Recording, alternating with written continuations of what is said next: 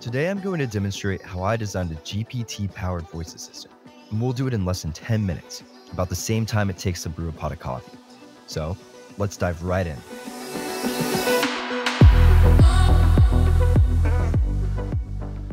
Like many of you, I've always been interested in voice assistants like Alexa, Siri, Google Assistant, or even Microsoft's Cortana. I've always been fascinated with generative AI as well, and upon watching the launch and rapid growth of tools like ChatGPT, I wondered if I could create a voice assistant that made use of these tools. I did some Googling, and it seemed like there was no current product in the market. Now, while I can only imagine there's at least 20 companies out there currently working on a GPT-powered voice assistant, I found that this lack of options inspired me to build my own. GPT, short for Generative Pre-trained Transformer, is an AI model that excels at producing human-like text. When you pair it with another AI tool, say 11 Labs, which is adept at generating human-like voices, you can create a talking chatbot.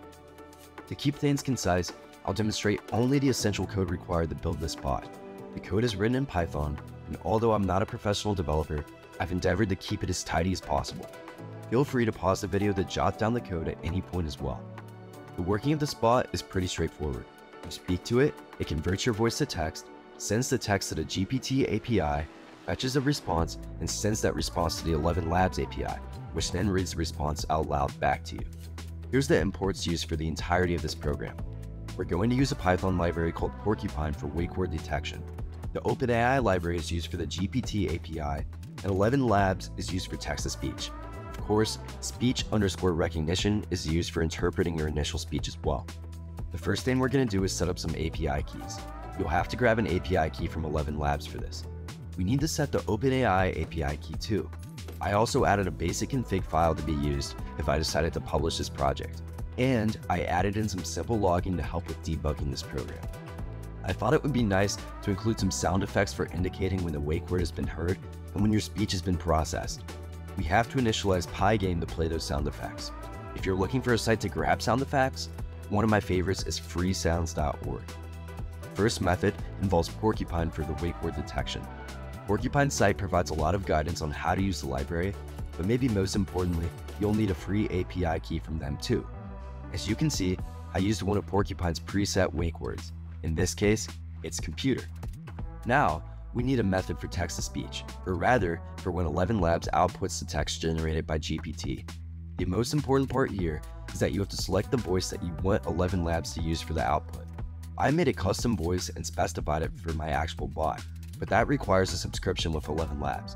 If you're using the free version, you have to use one of the pre-made voices. There are quite a few options available on the site. I also ran into a few issues with the text-to-speech output, so I made a flag variable to cause a delay in the audio generation.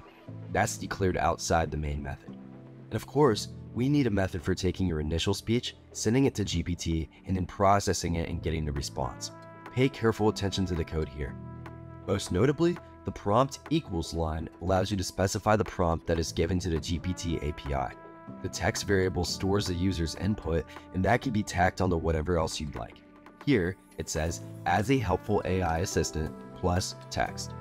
Okay, it is finally time for the main attraction, our main function. This is the code that ties everything together. We start off by initializing our speech recognizer, Porcupine, and PyAudio. We also set up some flags to track when our wake word is detected and when our assistant is talking. Think of them as green and red lights of our code. Next, we loop through our audio system, checking if the wake word is detected. If it is detected, we set the is_wake_word_detected flag to true. This also plays a sound to let the user know that the bot is now listening. We get more input, we process it, and then generate a response. And if we don't get any input, we reset our flags. To elaborate on this, moving further down, we have a nested if statement. Once the is_wake_word detected flag has been set to true, we listen to the user's input. The longest the user can talk for at one time is 10 seconds. If the user stops talking, the program knows to stop recording. This is due to the energy threshold variable being set. Once a response is detected and the recording is stopped, the response is stored in the response variable, and another sound is played to indicate that the bot is now processing the text. Here, I have some except statements being used, and finally the wake word flag is set back to false, so we are ready for the next user input. Lastly, we include a bit of cleanup code to close our audio stream and terminate Porcupine and Pi audio when we're done, because nobody likes a mess. At the very bottom of all our code, we call the main method. And that, my friends, is how you build a GPT-powered voice assistant in Python. Now, for the best part, the moment of truth, let's see, or rather hear our voice assistant in action. Computer, how's it going?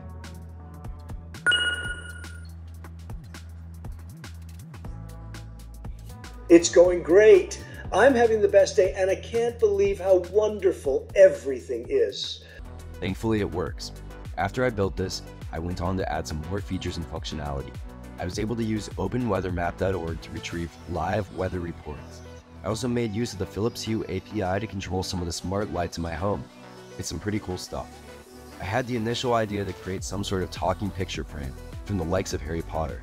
Admittedly, I'm not quite there yet, but I plan to keep working on this project and see if I can achieve that goal.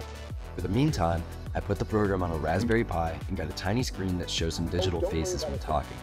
Right now, I'm 3D printing an enclosure for the chatbot so it can be mounted on a wall or simply set on a flat surface.